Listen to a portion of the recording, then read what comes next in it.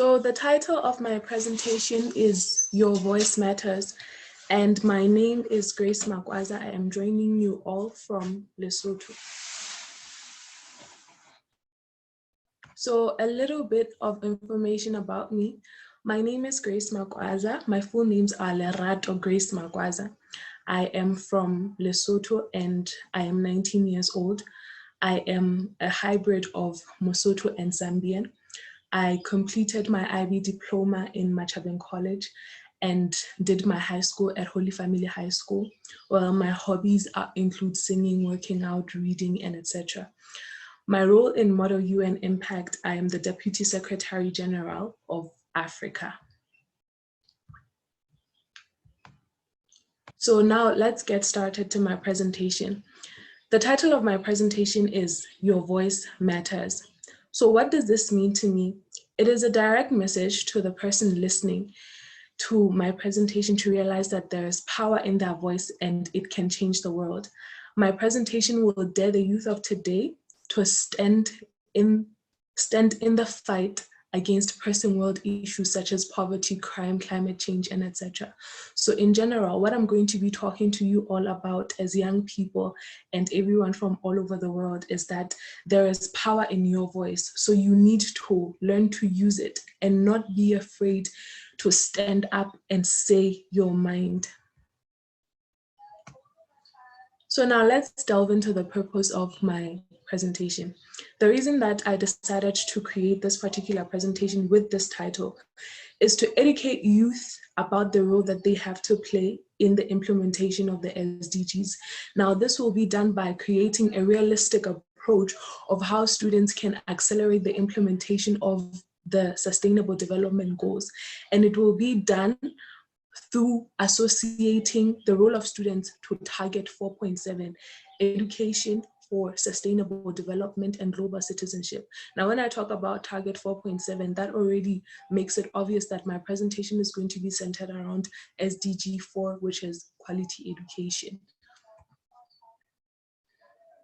So I'm going to reach a part where I'm going to get a little bit emotional. And this part is what exactly is stopping the youth of today. Most times as young people, we are faced with the challenge of, I need to be perfect. I need to have achieved X, Y, and Z so that I can be accepted. I need to look like this.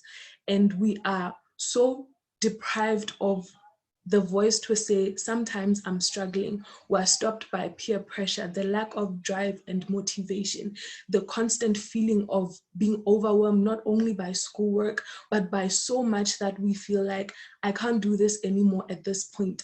There are so many societal stereotypes that put us down. And at a certain point, we just feel so inadequate, either being at school or at home. There are many students all over the world who just feel like they can't do certain things because there's just so much pressure to just set the bar high so much. And mind you, there are already so many people who have set the bar high. Now, the big question is, how exactly can we overcome all these problems, and how does SDG 4 relate to this? This part of my presentation is SDG 4 to the rescue. Quality education, according to the United Nations, is an education that enables upward socio-economic mobility and is key to escaping poverty. Now, this sounds a little bit tricky, especially because as a young person, when I hear this, I'm going to say, what do I have to do with socio-economic mobility? My definition of this SDG is, it is an education that offers holistic academic and mental growth of a student by molding them into individuals that are not afraid to change the world. And my definition resonates to the United Nations definition in such a manner that we as the students are obliged to make sure that we constantly strive for excellence. But how are we going to do this? By making sure that we allow education to mold us into holistic and more mentally matured people. So what will exactly happen when we attain quality education. You know, most times people think that for us to attain quality education, we need to be in the best schools, which have the most sophisticated science labs, etc., etc.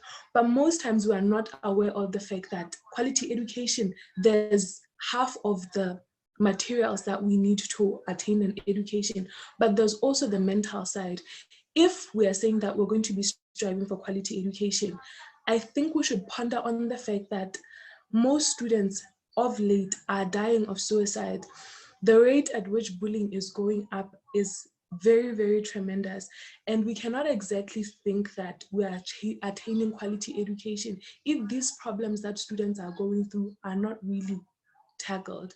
If we look at the fact that quality education is supposed to mold us into better people, let's not measure quality education based on just the materials that are offered by our education, but by how much we as the young people are willing to be better people and give back to the community by implementing other sustainable development goals. So the benefits of attaining quality education, basically we're going to have proactive youth. This means that we're going to have better academic performance, and unhealthy social competition will decrease. That means we're going to have an easy implementation of the sustainable development goals. Activism will be easy, and there will be so many campaigns for the SDGs. And last but not least, we're going to reach a point where we're saying we'll have enhanced better skills for the future. We're aware that many Ivy Leagues and all these universities that we want to attend at some point are not just looking for A students, right? They are looking for students who can give back to our community. So how are we exactly expecting that we're going to be better people if we're not striving not just for the academics, but also to ensure that we enhance our skills for the future? I think we should ponder on that a little bit. So how can SDG 4 be inclusive of other SDGs?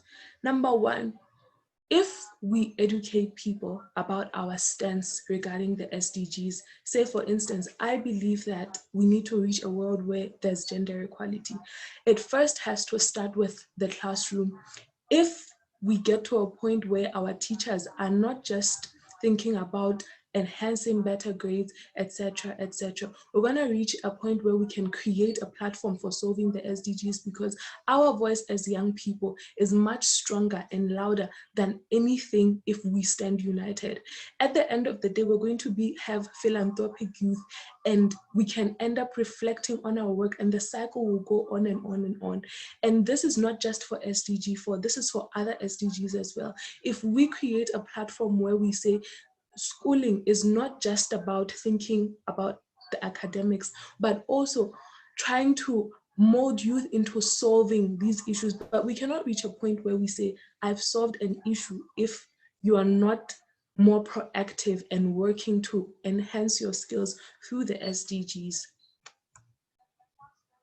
So we've reached a point where I'm going to be talking about my personal journey with the SDGs and Model UN.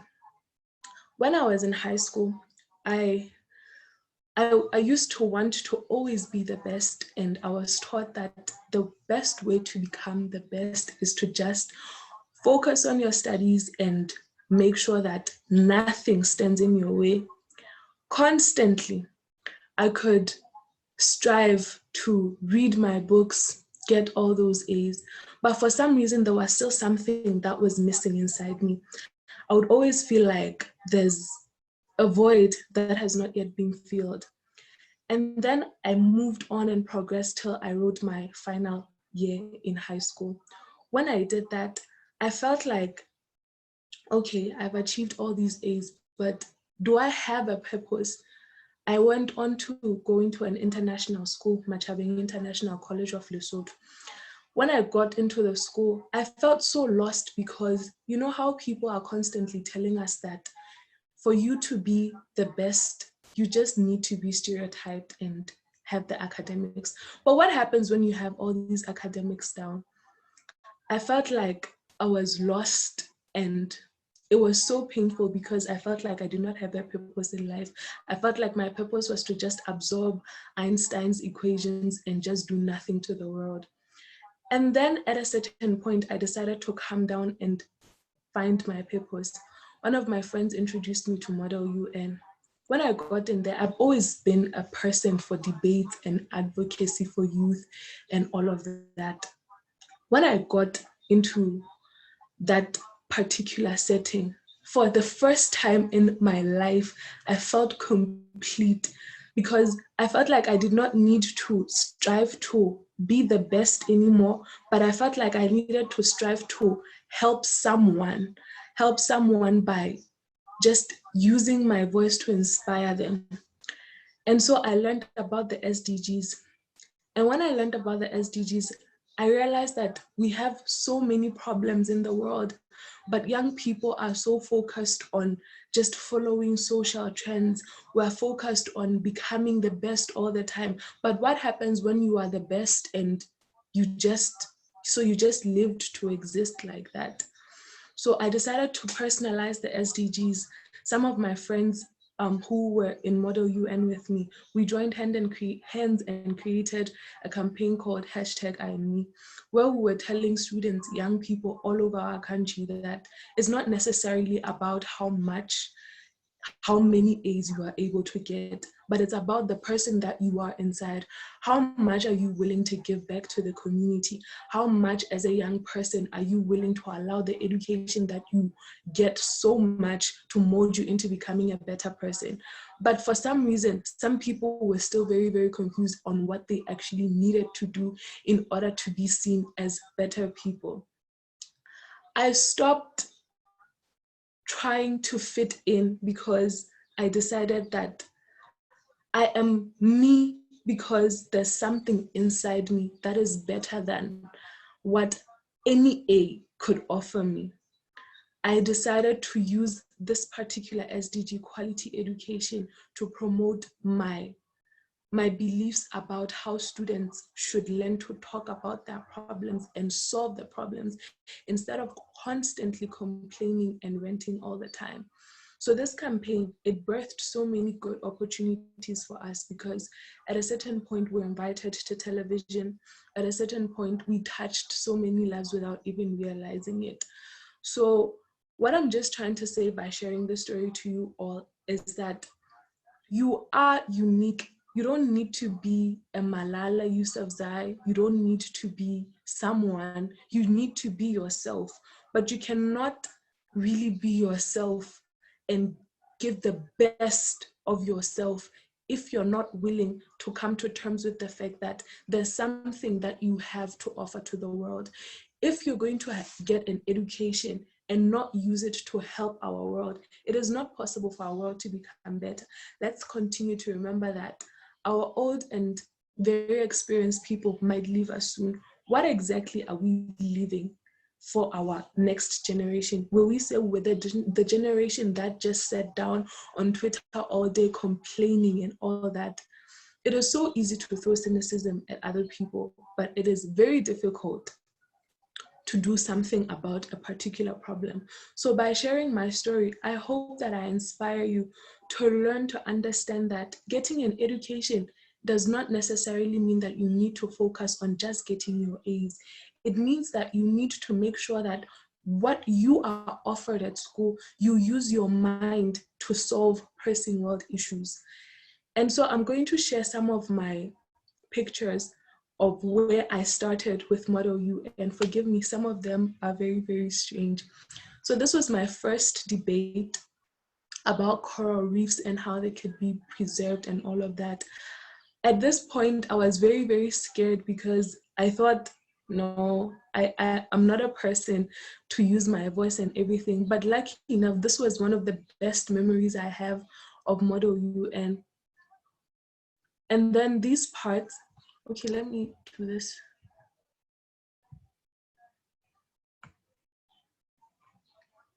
These parts, this first picture, we had been invited to a small parliament where we were debating about how we can use AI to help our world, etc., etc. And lucky enough, these were my teammates. We made it to second place in this debate, and I was very happy, to be honest, because I felt like I had accomplished something and my voice really mattered to solving a particular problem. And then this was the first UN day that we had, the second United Nations Day that we had organized for our school. It was one of the best experiences that I've ever had because it was my first Model UN Summit.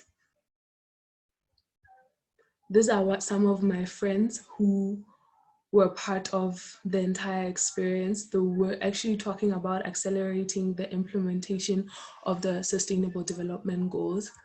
And these were my classmates who won the best delegation, the delegation of South Africa. And this is all of us, the entire team, after making it in our own school.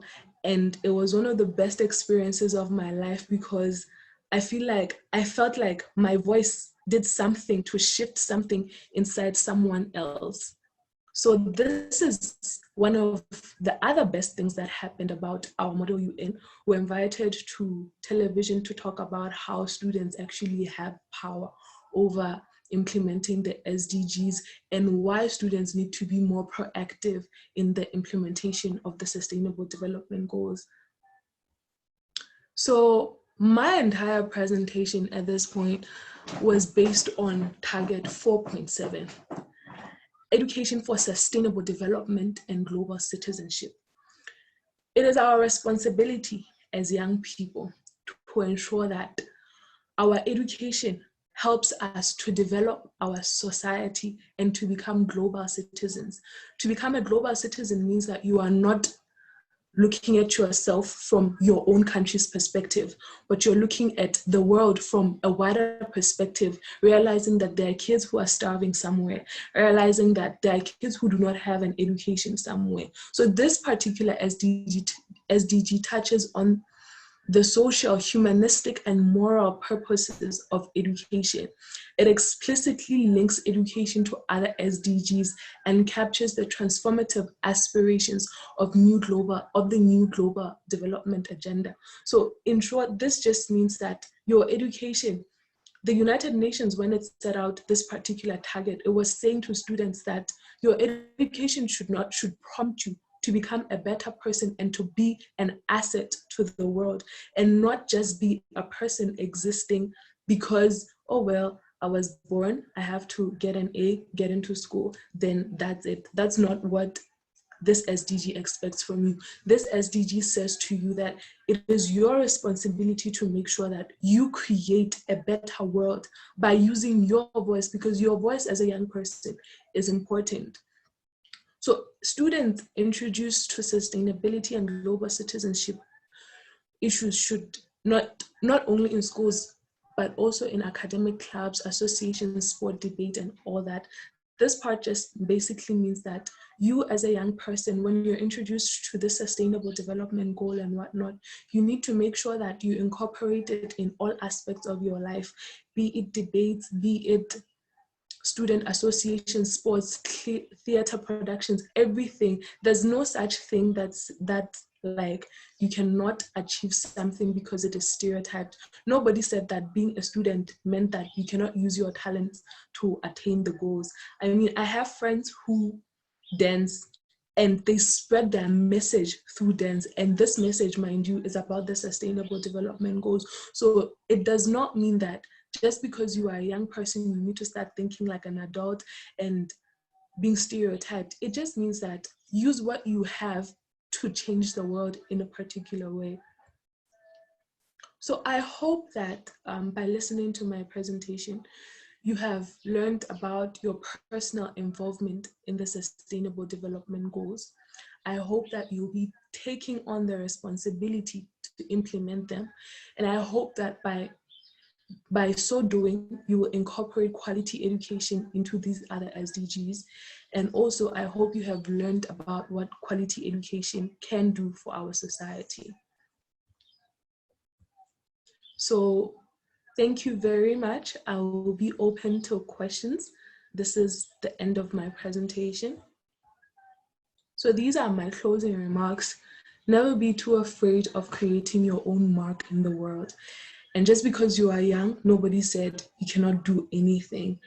I, for one, am a living testimony of the fact that anybody can get up from anything. My friends who are present here know that I'm famous for the quote, girl, get up. And today I'm saying, girl, boy, all over the world, you need to get up. It doesn't matter what you've been through. It does not matter whether you think your voice is not loud enough. You just need to believe in yourself. Get out of that pitch dark hole where you think you cannot achieve anything. And believe me when I say I'm a living testimony that anybody can get out of anything. So always remember that the key to immortality is living a life that is worth remembering. And these are words by Bruce Lee. Always remember that it doesn't matter how young you are. It does not matter whether you feel like you're not capable of becoming. Just remember that the key to becoming the best version of yourself is living a life that is worth remembering. So anyone who wants to speak to me personally, my email address is gracemakwaza014@gmail.com. And you can also reach out to me on Instagram on gracie014makwaza. So that is the end of my presentation. I'll be open to questions now. Thank you. Thank you, Grace. A big round of virtual applause for Grace. Indeed, we were all inspired by your journey, and we really hope that our delegates have taken away some key points from your presentation and indeed will be willing to implement these in their own communities. So you may now open up your cameras and mics since we are going into the Q&A session. So I will now be taking up questions. If you could please raise your hand, I will then choose you to go ahead and take your question. So, or in fact, actually we have questions in the chat. So I'll just call out your name, and if you could unmute yourself and ask your question, that would be great. So let's have a question coming in from Raylan, who joins us from the Philippines. And he's talking about people born with privileges and how they may have an upper edge over people who may wish to speak but don't have the resources. So Raylan, go ahead. Raylan, I'm sorry if I'm pronouncing your name incorrectly. Okay, yes, go ahead.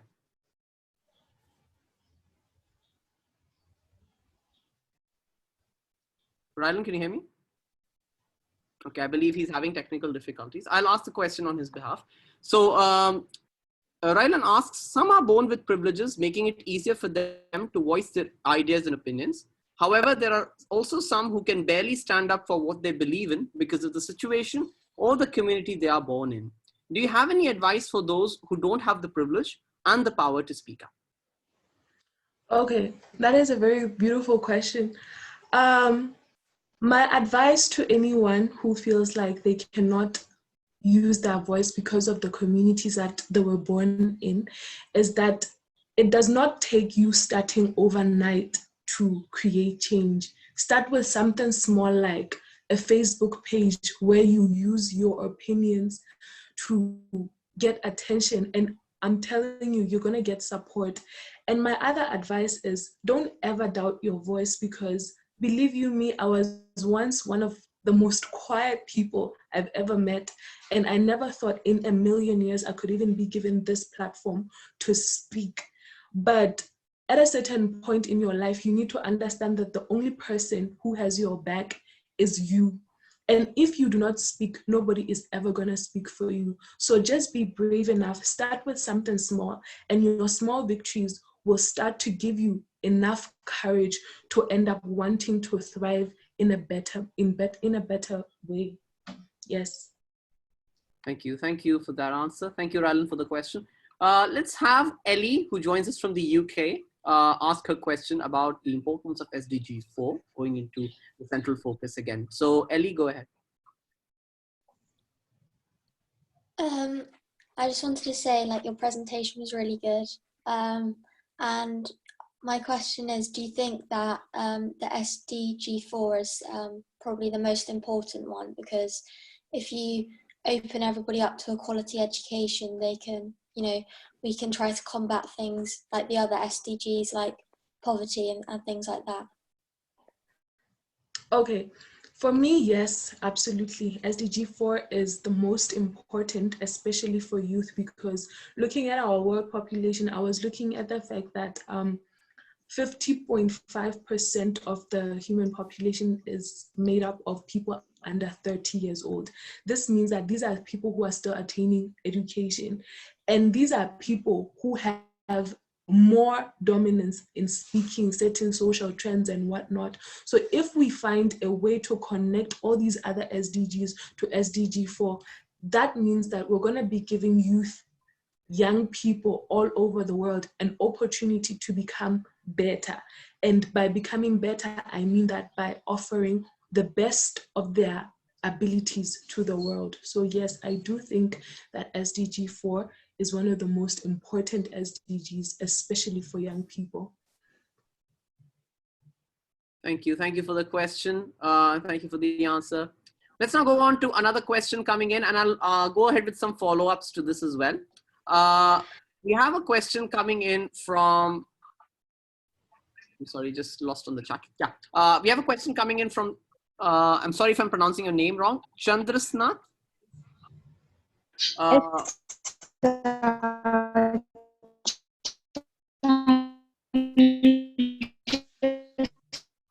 afraid you seem to be having technical difficulties. I'm sorry. Yes.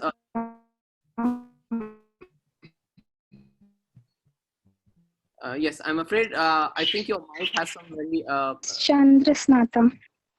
Okay, Chandrasnatham. All right. Chandrasnatham, please go ahead. Hello, can you hear me? Yes, go ahead. Hello. Yes, go ahead with your question.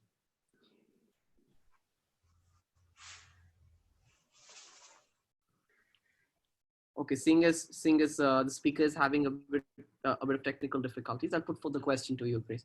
The question is, would you please give some advice to people who don't speak up due to being afraid because they think that people may misunderstand them, or they may be mocked for their point of view? Okay, my advice to these people is to find friends or surround themselves with people who have the same beliefs as them, but are more brave to speak up. Because somebody once told me that the type of energy that you surround yourself with has a great effect on how you think as a person.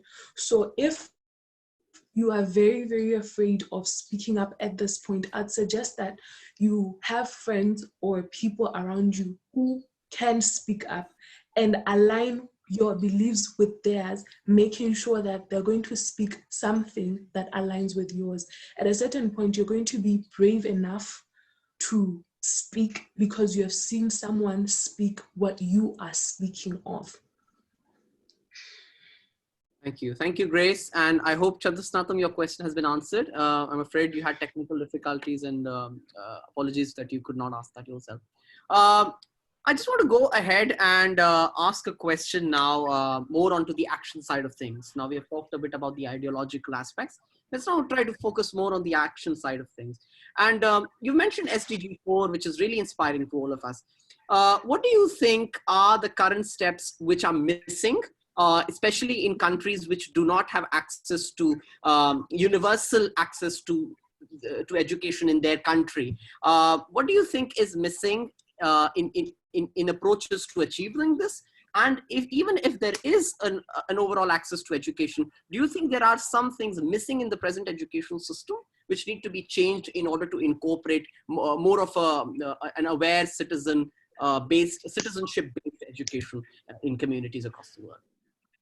Okay, for starters, I would say in the present education, what is missing is the fact that mental health and emotional well-being of students is not really prioritized. What is prioritized is just academic well-being and whatnot. Secondly, what is missing is the fact that financial education and all that is not taught. This is why when a child goes to college, you find them messing up, misusing money, getting depressed, and then suicide happens. So for me, I'd say that in the present education, can the curriculum allow that financial education be taught, teach children from a young age how to be more financially independent and financially responsible.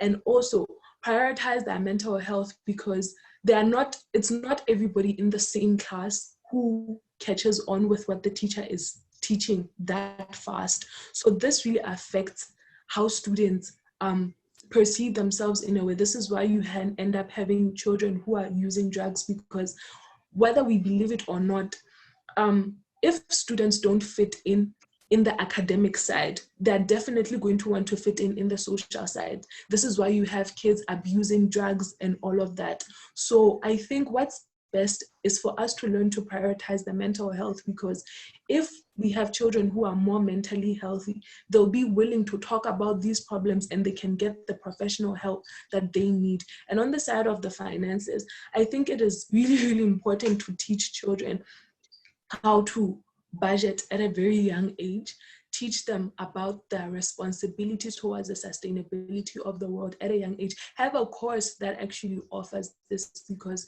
we want to have more responsible children, not just children who are thinking about just their grades. And also you asked a question about what can we do for countries which do not have access to education at this point.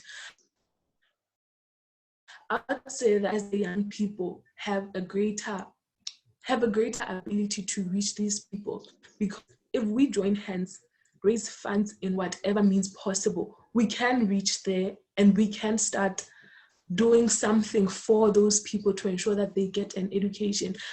Unlike constantly waiting on government and all of that, because at a certain point we need to understand that our sustainability is not dependent on the government, but it is dependent on what we do as young people. So we have seen the problem that there are kids who are not really getting an education. What are we going to do about it? Let's join hands, raise funds, find something to do for these people, and I think we'll create a better world.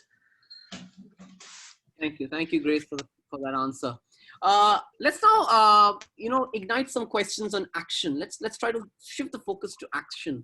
And if anyone who wants to ask a question on action, if they could put that on the chat, that would be most welcome. I'm going to take up the questions till then, whichever I see on the chat. How about Mihir from Bahrain? Can you join in and ask your question, please? So my question is that what's the best way to ensure that all learners are aware of today's problem, and how can they be made motivated to solve the issues? As most cases I see that people are not aware of the problems or they don't want to help, and that's having a big impact in a negative manner.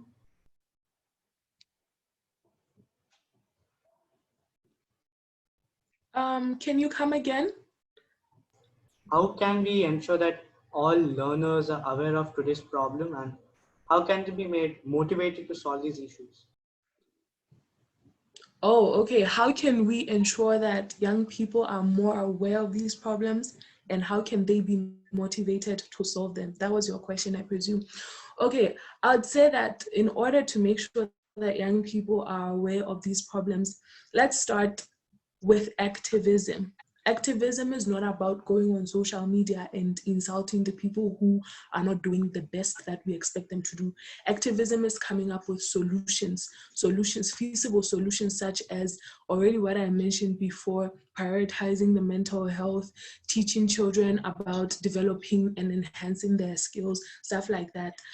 And secondly, we can say that young people can be motivated to start driving the action forward by being more involved in the decision making that happens, not just in the government, but also in their communities. We come together, make decisions about the fact that we're not happy with the fact that someone is not going to school. Let's start a food drive. Let's raise funds for these people. I want to just see proactive youth. That's just my concern. So I think that the best way to motivate young people is by urging them to be more involved in being problem solvers than just giving them concepts that are not going to help them whatsoever. I hope I've answered your question. Thank you, great. Thank you, Mihir, for the question. Let's now go into a few more questions. We have about 10 minutes left, to be precise, 9 minutes left. I'm going to take up a few more questions before we wrap this up officially. We have a question coming in from Rika from the Philippines. Rika, can you go ahead? How do you make education more accessible to poorer and or communities so that they are given the right resources and knowledge, and they're given the stage to actually speak up and use their voice? Okay, for less privileged kids in Lesotho particularly, there are free primary schools and there are bursaries all over. But I'm presuming that your question is directed in how we as the young people can make sure that these poor people get education. It stems back to what I said earlier about us coming together to just host probably a charity event to raise funds for poor people. And mind you, like I said, SDG 4 connects to other SDGs, because if we unite, create a charity event, at a certain point, we're going to raise enough money to implement SDG 1, which is no poverty.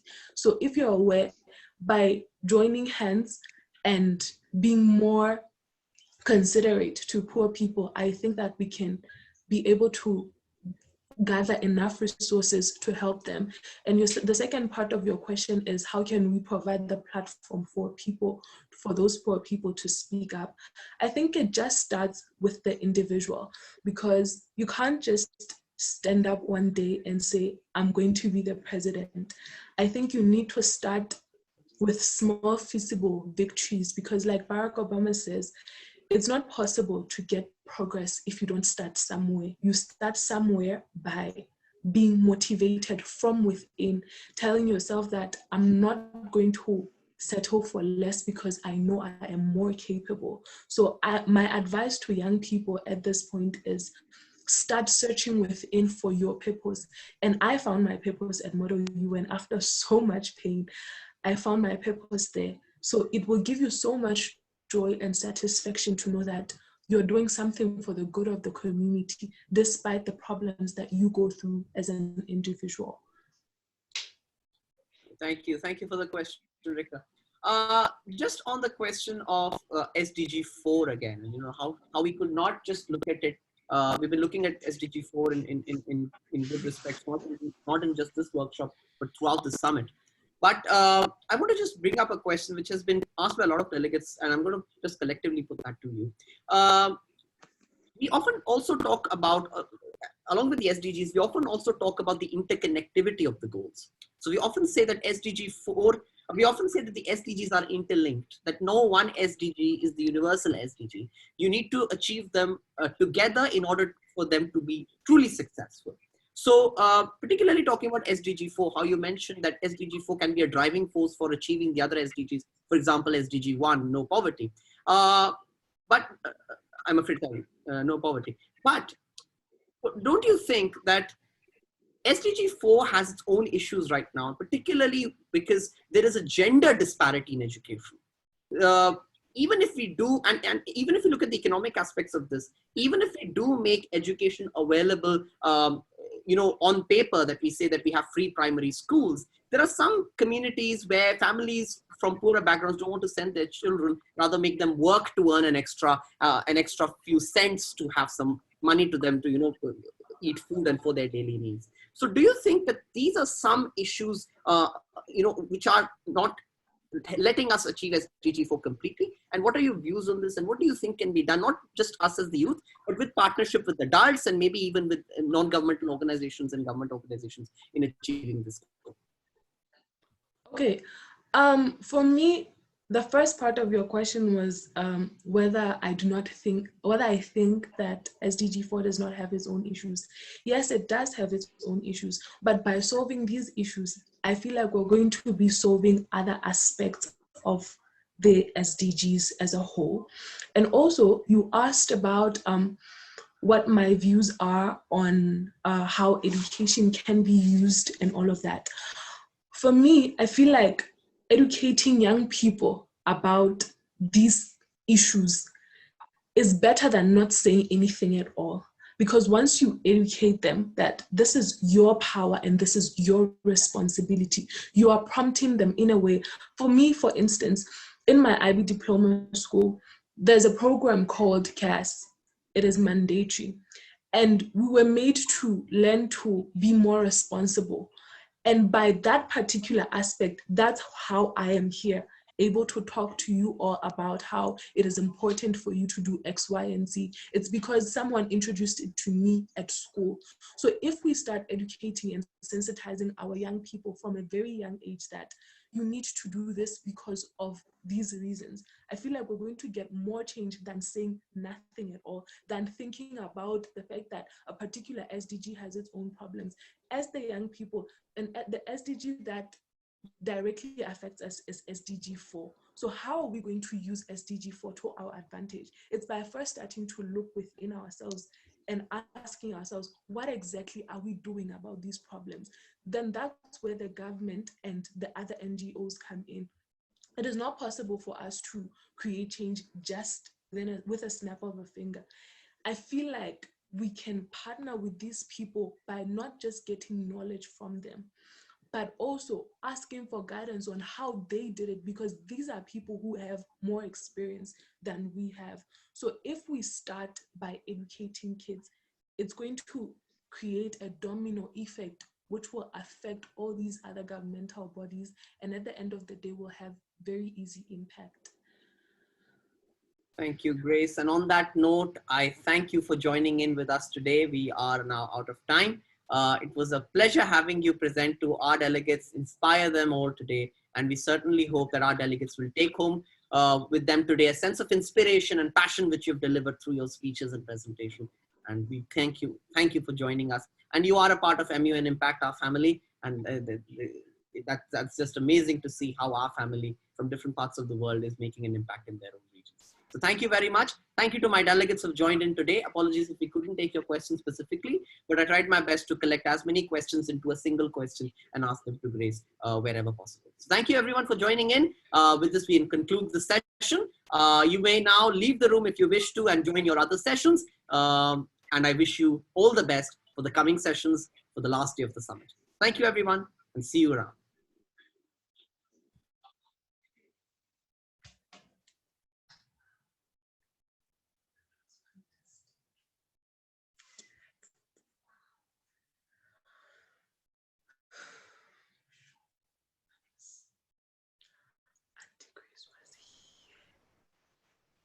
Great job, Grace. That was a very, very nice presentation, and the way that you presented it too was very clear and you know, very professional. It was awesome. Thank you. Thank you so much. Thank you.